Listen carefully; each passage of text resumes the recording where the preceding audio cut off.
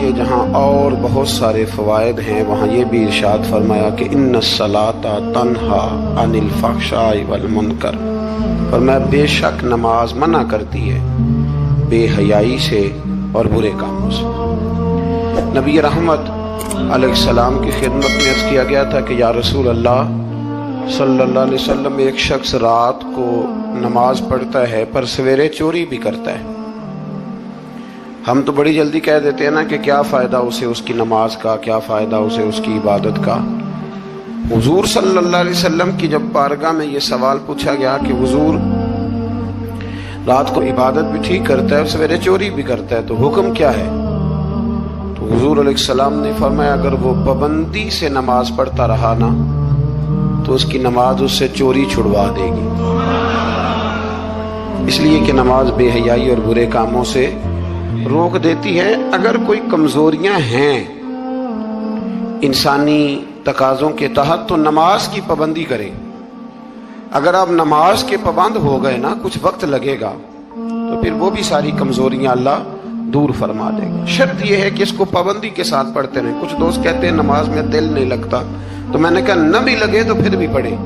تو میرا سوال یہ ہے کہ ایک آدمی بالکل فارغ ہے، سوائے نماز کے، عبادت کے، سونے کھانے کے اسے کوئی کام نہیں، اور ایک شخص بیچارہ مزدور ہے، وہ ریڑھی لگاتا ہے، مثال دینے لگا ہوں، وہ ریڑھی لگاتا ہے، اس کے پاس دکان بھی نہیں ہے کہ وہ شٹر نیچے کرے یا تالا لگا کے چلا جائے۔ اب وہ نہ کسی کو کہہ کے آیا کہ یار ذرا 10 منٹ ٹھہرنا، میں نماز پڑھ کے آیا، تو وہ چلا گیا۔ وہ بڑا بے چین ہے کہ میری پیچھے ریڑھی بھی ہے، وہ بندہ جلد باز نہ ہو جائے، وہ نکل نہ جائے، وہ میری تھوڑا سا میرا راس ہے، 2-4 ہزار کا مال ہے، غریب آدمی۔ نماز بھی اس نے پڑھی، توجہ اس کی پیچھے لگی رہی۔ ایک بالکل فارغ تھا، کوئی مجبوری نہیں تھی، اس نے بھی نماز پڑھی۔ آپ یہ بتائیے کہ زیادہ ہمت کس نے کی؟ اس کا تو دل ہی نہیں لگا نماز میں، ریڑھی کی فکر تھی، لیکن ہمت زیادہ اس نے کی، اس لیے کہ اس کی مجبوری ہے، اس کے لیے آزمائش پیچھے کھڑی ہے، تیار ہے۔ دوائی کھانے میں دل لگتا ہے؟ کیوں کہتے ہو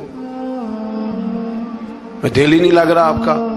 خدا نہ خواستہ خاکم بدن، اللہ ہم سب کو معاف فرمائے، اگر بچے کا آپریشن کرانا پڑ جائے تو دل کرتا ہے؟ کیوں کراتے ہو؟ اس کے لیے ضروری ہے۔ تو بھائی یہ فلسفہ ہی غلط ہے کہ میرا دل نہیں لگتا تھا تو میں نے چھوڑ دی۔ دل تو کئی دفعہ انسان کا دکان پہ بھی نہیں لگتا، بیچ دو گے؟ نہیں دل کرتا کام پہ جانے کو تو ریزائن کر دو گے؟ تو یہ تو بالکل سرے سے بات ہی بڑی عجیب ہے۔ ہاں دل لگنا چاہیے، نماز سے دلچسپی ہونی، لیکن نہ بھی لگے تو ہم کو دل کے لیے نماز نہیں پڑھ رہے، رب کے لیے نماز پڑھ رہے ہیں۔ ہاں یہ بات سمجھ لیں، نماز دل کے لیے نہیں، نماز وہ دیکھیں نا، ایک صاحب کہتے ہیں جی میں 5 نمازیں پڑھتا ہوں تو روزی میں برکت پھر نہیں ہوتی، تو میں کہتا ہوں وہ عبادت کرتے ہو کہ تجارت کرتے ہو؟ پیسے کمانے گئے تھے؟ پیسے کمانے گئے تھے کہ نماز پڑھنے گئے تھے؟ تو نماز آپ کو بے حیائی اور برے کام سے روک دے گی، پر شرط یہ ہے کہ نماز کی پابندی کریں اور پر وقت پڑھیں اور تھوڑی صحیح کر کے پڑھیں۔ مطلب نماز پڑھی جاتی ہے، اہتمام نہیں ہوتا، یعنی لوگ بھاگ کے وضو کرتے ہیں، فٹافٹ آتے ہیں، بھئی آج ہو گیا ہے۔ بڑی جو بندہ گاڑی بھگا کے لاہور پہنچنا چاہے تو وہ 15 منٹ جلدی پہنچ سکتا ہے، 1 گھنٹہ پہلے پہنچ سکتا؟ ممکن نہیں میرے عزیز، ہو نہیں سکتا۔ جلدی نماز پڑھنے سے آپ کیا کر لیں گے؟ صحیح کر کے پڑھیں، سونی کر کے پڑھیں، تسلی کے ساتھ پڑھیں، ٹھنڈے دل کے ساتھ پڑھیں۔ مطلب نماز پڑھیں تو پھر مزہ آئے۔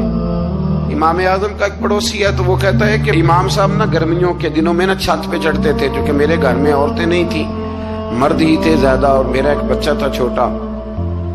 کہتے ہیں کہ وہ چھت پہ نماز پڑھا کرتے تھے تو وہ اتنی دیر تک کھڑے رہتے کہ لگتا کوئی ستون کھڑا ہے، رات کو ستون محسوس ہوتا، اتنی دیر تک وہ تلاوت کرتے، اللہ کی بارگاہ میں کھڑے رہتے۔ تو فرماتے ہیں جب ان کا انتقال ہوا تو میرا بیٹا کہنے لگا کہ ابا جی پڑوسیوں کی چھت پہ جو کھمبا تھا، جو ستون تھا، وہ کہاں گیا؟ تو کہتا میں رو پڑا۔ میں نے کہا بیٹا وہ ستون اور کھمبا نہیں تھا، وہ تو ابو حنیفہ تھا جو اپنے رب کے حضور کھڑا رہا کرتا تھا۔ تو دلچسپی پیدا کریں۔ اللہ تعالیٰ ہمیں رمضان کے بعد بھی پابندی صلاۃ کی توفیق عطا فرمائے۔ آیت نمبر 46 میں اہل کتاب سے بحث اور مباحثہ اور مجادلہ کے آداب اور اسلوب تبلیغ کے شائستہ اور پسندیدہ ہونے کا بیان کیا گیا۔ جب آپ تبلیغ کریں تو آپ کے جملے بڑے شستہ ہونے چاہیے، صاف ستھری بات آپ کریں۔ قرآن مجید نے کہا نا ادعو الی سبیل ربک بالحکمہ والموعظۃ الحسنہ، لوگوں کو اللہ کی طرف بلاؤ تو خوبصورت نصیحت کے ساتھ، حکمت کے ساتھ اور اچھے انداز میں۔ اب تو اللہ تعالیٰ معاف کرے، کبھی کبھی سوچ میں پڑ جاتے ہیں کہ یہ مطلب کیا ہو رہا ہے، یعنی اب مولوی کے نام کے نیچے لکھا ہے فنی مولوی، یہ مولوی کے نام کے نیچے لکھا ہے، اور اس کو دیکھنے والوں کی تعداد لاکھوں میں ہوتی ہے، کہتے ہیں یہ مولوی فنی ہے۔ بھئی آپ تھوڑا سمجھیں، مسجد میں تو جو آدمی زیادہ ہنستا ہے اس کی قبر میں اندھیرا ہوتا ہے۔ آپ یہ کیا کر رہے ہیں؟ ہاں کوئی بات ایسی آ جاتی تھی تو اللہ کے نبی بھی مسجد میں مسکراتے تھے، حضور بھی مسکراتے تھے، صحابہ بھی مسکراتے تھے، اور صحابہ کہتے ہیں حضور جب مسکراتے تھے تو دانتوں سے نور نکلتا تھا، مسجد نبی کی دیواریں بھی چمک اٹھتی تھی۔ لیکن یہ مطلب مولوی کو اس لیے بلانا کہ وہ لطیفے سنائے گا، وہ طنز و مزاح کی بات کرے گا، تو آپ نے کیا فرق رکھا مسجد میں، اللہ کے گھر میں اور دیگر جگہوں پہ؟ آپ ذرا سمجھیے اس بات کہ وہی بات جو قرآن نے کہی کہ لوگوں نے دین کو کھیل تماشا بنا لیا ہے، معاذ اللہ لوگوں نے کھیل تماشا سمجھ لیا ہے، تو کس طرف مطلب قوم لگ گئی ہے، اور بڑا بڑا عروج ہے اور بڑی بڑی باتیں ہیں، بیچ میں ہے کیا کہ لطیفے سنائے جا رہے ہیں اور داستان سرائی ہو رہی ہے اور کہانیاں ہو رہی ہیں، اور قوم ہے کہ وہ اس پر لگی ہوئی اچھی نصیحت، خوبصورت جملے۔ میرے رسول کریم علیہ السلام کے غلام کہتے ہیں حضور جنت کا ذکر کرتے تھے تو یوں لگتا تھا ہم جنت کی سیر کر رہے ہیں، حضور دوزخ کی بات کرتے تو ہمارے خوف سے رونگٹے کھڑے ہو جاتے، اور حضور قیامت کا ذکر کرتے تو یوں لگتا کہ نکل کے باہر جائیں گے تو قیامت آ جائے گی۔ یہ انداز تھا حضور کا بات کرنے کا، تو لہذا بڑی شستہ، بڑی صاف ستھری اور بڑی میٹھی اور بڑی ٹھنڈی بات کریں۔ دین کی بات جب آپ کریں تو پھر اس میں حسن چھلکے۔ عام آدمی اور دیندار آدمی کے لب و لہجے میں فرق ہونا چاہیے، اسے سمجھنا چاہیے۔ اللہ توفیق عطا فرمائے۔ رسول اللہ صلی اللہ علیہ وسلم کی صفات میں سے ایک صفت نبی امی ہونا بھی ہے۔ امی کا معنی اعلیٰ حضرت نے فرمایا بے پڑھا ہوا، جس نے دنیا میں کسی سے پڑھا نہ ہو، یعنی آپ نے رسمی طور پر لکھنا پڑھنا نہیں سیکھا۔ اس میں بھی اللہ تعالیٰ کی بے پناہ حکمت ہے کہ حضور نے دنیا میں آ کے پڑھنا لکھنا نہیں سیکھا۔ آیت نمبر 48 میں فرمایا کہ آپ نزول قرآن سے پہلے کوئی کتاب نہیں پڑھتے تھے۔ یہ بڑی انوکھی بات کا ذرا سمجھیے، یہ بھی میرے نبی کی شان ہے۔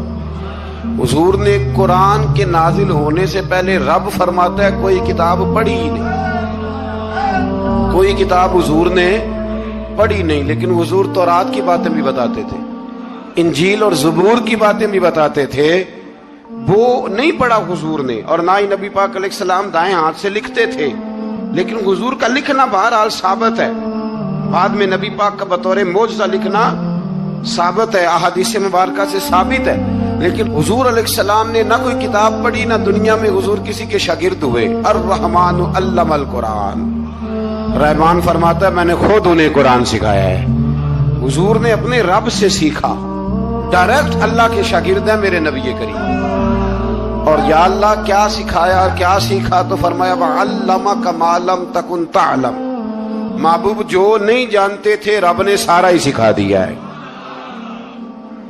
لوگ پوچھتے ہیں آپ کے استاد کا نام کیا ہے، لیکن جتنا بڑا استاد ہو شاگرد کا علم بھی اتنا بڑا ہوتا ہے، تو نبی پاک نے اللہ سے سیکھا ہے۔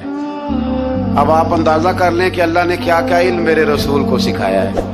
تو نبی امی کا معنی ہے بے پڑھا ہوا۔ آیت نمبر 50 سے کفار کے معجزے کی فرمائش کے جواب میں فرمایا کہ قرآن مجید سے بڑھ کر معجزہ اور کیا ہو سکتا ہے، اس کے علاوہ کیا معجزہ مانگتے ہو، یہ بہت بڑا معجزہ ہے۔ عذاب کے مطالبے پہ فرمایا کہ اس کا ایک وقت مقرر ہے، وہ وقت پہ آئے گا، کسی کے کہنے پر نہیں آئے گا۔ آیت نمبر 56 میں مومن بندوں کو فرمایا جا رہا ہے کہ جس سرزمین پر اللہ تبارک و تعالیٰ کی رضا کے مطابق زندگی گزارنا مشکل ہو تو اللہ تعالیٰ کی عبادت کی خاطر وہاں سے ایسی سرزمین کی طرف ہجرت کر جاؤ جہاں تم بے خوف و خطر اپنے رب کی بندگی کر سکو۔ ہجرت کرنے کا حکم دے دیا اگر کہیں کھل کے عبادت کرنے کا موقع میسر نہ ہو۔ میرا خیال ہے کہ دنیا میں شاید ہی کوئی ایسا خطہ ہو جہاں کھل کر عبادت کرنے کا موقع میسر۔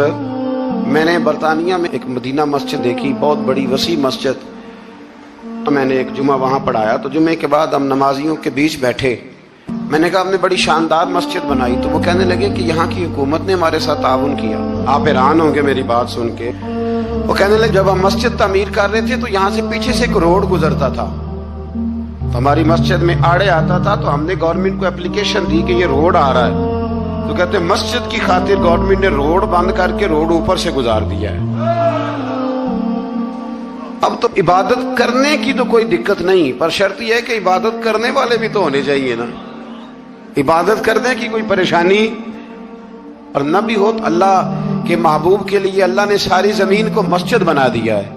حضور فرماتے ہیں میرے قدموں کی برکت سے ساری زمین مسجد بن گئی، جہاں سجدہ کرو گے رب قبول کر لے گا، پر شرط یہ ہے کہ بندہ سجدہ کرے۔ فرمایا اور کتنے ہی جانور ہیں جو اپنا رزق اٹھائے نہیں پھرتے، ان کو اللہ رزق دیتا ہے، اور تم کو بھی، یعنی انسان کتنی ہی منصوبہ بندی کیوں نہ کرے، اسباب کا اختیار کرنا بجا ہے، لیکن رازق حقیقی طور پر صرف اللہ تعالیٰ ہی ہے۔ جانوروں کو کبھی دیکھیں آپ نے کہ انہوں نے گٹھڑیاں باندھ کے اپنا رزق باندھا ہو؟